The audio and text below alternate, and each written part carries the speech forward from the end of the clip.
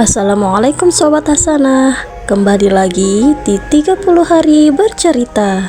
Kali ini kita akan membahas tentang topik harian obrolan Ramadan bersama anak yang berjudul persiapan Idul Fitri.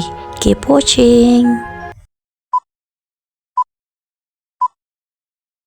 Assalamualaikum warahmatullahi wabarakatuh.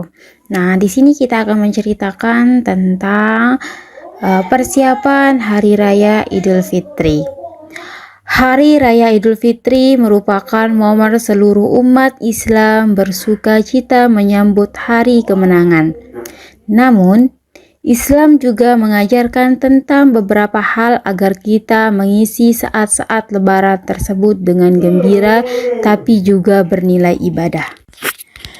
Dari beberapa riwayat disebutkan bahwa ada beberapa hal yang dilakukan Rasulullah Shallallahu Alaihi Wasallam untuk menyambut dan merayakan Hari Raya Idul Fitri. Yang pertama, perbanyak baca takbir. Diriwayatkan bahwa Rasulullah Shallallahu Alaihi Wasallam mengumandangkan takbir pada malam terakhir Ramadan hingga pada pagi hari 1 Syawal. Hal ini sesuai dengan apa yang difirmankan Allah dalam Al-Quran surat Al-Baqarah ayat 185 yang artinya, dan sempurnakanlah bilangan Ramadan dan takbirlah kalian kepada Allah. Quran surat Al-Baqarah ayat 185. Ada dua jenis takbir Idul Fitri. Pertama, muqayyad, dibatasi, yaitu takbir yang dilakukan setelah sholat, baik fardu atau sunnat. Setiap selesai salat dianjurkan untuk membaca takbir. Kedua, mursal, dibebaskan, yaitu takbir yang tidak terbatas setelah salat, bisa dilakukan di setiap kondisi. Takbir Idul Fitri bisa dikumandangkan di mana saja, di rumah, jalan, masjid, pasar, atau tempat lainnya. Kesunahan takbir Idul Fitri dimulai sejak tenggelamnya matahari pada malam 1 Syawal sampai takbiratul ihram, iman sholat id bagi yang berjamaah, atau takbiratul ihram mushalil sendiri bagi yang sholat sendiri. Kemudian yaitu yang kedua, berhias dan memakai pakaian terbaik.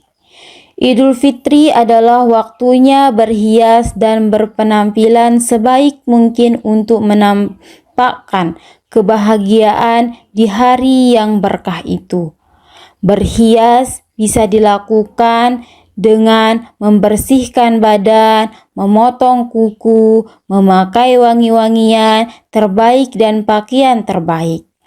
Lebih utama memakai pakaian putih, kecuali bila selain putih ada yang lebih bagus. Maka lebih utama menggunakan pakaian yang paling bagus.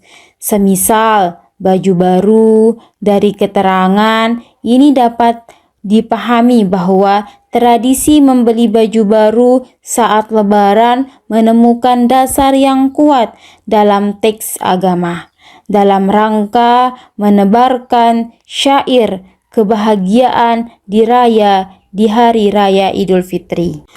Kesunahan berhias ini berlaku bagi siapapun, meski bagi orang yang tidak turut hadir di pelaksanaan sholat Idul Fitri. Khusus bagi perempuan, anjuran berhias tetap harus memperhatikan batas-batas syariat, seperti tidak membuka aurat, tidak mempertontonkan penampilan yang memikat laki-laki lain yang bukan mahramnya, dan lain sebagainya. Yang ketiga yaitu makan sebelum sholat Idul Fitri. Salah satu hari yang diharamkan berpuasa adalah Hari Raya Idul Fitri. Bahkan dalam kitab-kitab fikih disebutkan bahwa berniat tidak puasa pada saat Hari Idul Fitri itu pahalanya seperti orang yang sedang puasa di hari-hari yang tidak dilarang. Sebelum sholat Idul Fitri, Rasulullah Shallallahu Alaihi Wasallam bisa memakan kurma dengan jumlah yang ganjil 3, 5, atau 7. Dalam sebuah hadis disebutkan bahwa pada waktu Idul Fitri Rasulullah Shallallahu Alaihi Wasallam tidak berangkat ke tempat sholat sebelum memakan beberapa buah korma dengan jumlah yang ganjil. Hari Ahmad dan Bukhari. Yang keempat yaitu sholat Idul Fitri. Rasulullah Shallallahu Alaihi Wasallam menunaikan sholat Idul Fitri bersama dengan keluarga dan sahabat-sahabatnya, baik laki-laki, perempuan, ataupun anak-anak. Rasulullah memilih rute jalan yang berbeda ketika berangkat dan pulang dari tempat dilaksanakannya sholat Idul Fitri. Rasulullah juga mengakhirkan pelaksanaan sholat Idul Fitri biasanya pada saat matahari sudah tinggi, tompak atau sekitar 2 meter. Hal ini dimaksudkan agar umat Islam memiliki waktu yang cukup untuk menunaikan zakat fitrah. Yang kelima, mendatangi tempat keramaian. Suatu ketika saat Hari Raya Idul Fitri, Rasulullah menemani Aisyah mendatangi sebuah pertunjukan, atraksi tombak dan temeng. Bahkan saking asyiknya, sebagaimana hadis riwayat Ahmad, Bukhari, dan Muslim, Aisyah sampai memunculkan kepada di atas bahu Rasulullah sehingga dia bisa menyaksikan permainan itu dari atas bawah Rasulullah dengan puas. Yang keenam, mengunjungi rumah sahabat. Tradisi silaturahmi saling mengunjungi saat Hari Raya Idul Fitri sudah ada sejak zaman Rasulullah. Ketika Idul Fitri tiba, Rasulullah mengunjungi rumah para sahabatnya. Begitupun para sahabatnya. Pada kesempatan ini Rasulullah dan sahabatnya saling mendoakan kebaikan satu sama lain, seperti yang dilakukan umat Islam saat ini. Yang ketujuh, tahniyah, memberikan ucapan selamat.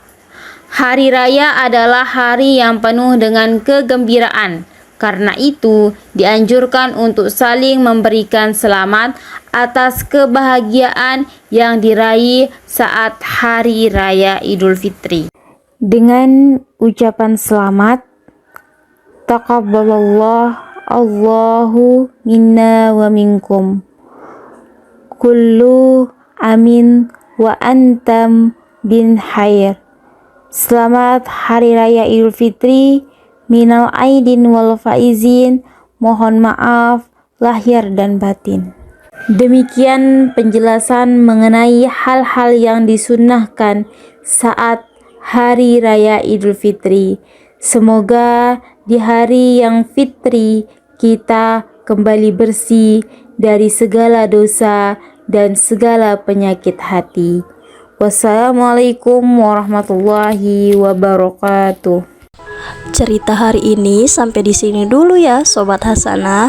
That's all. Thanks for watching. Bye bye.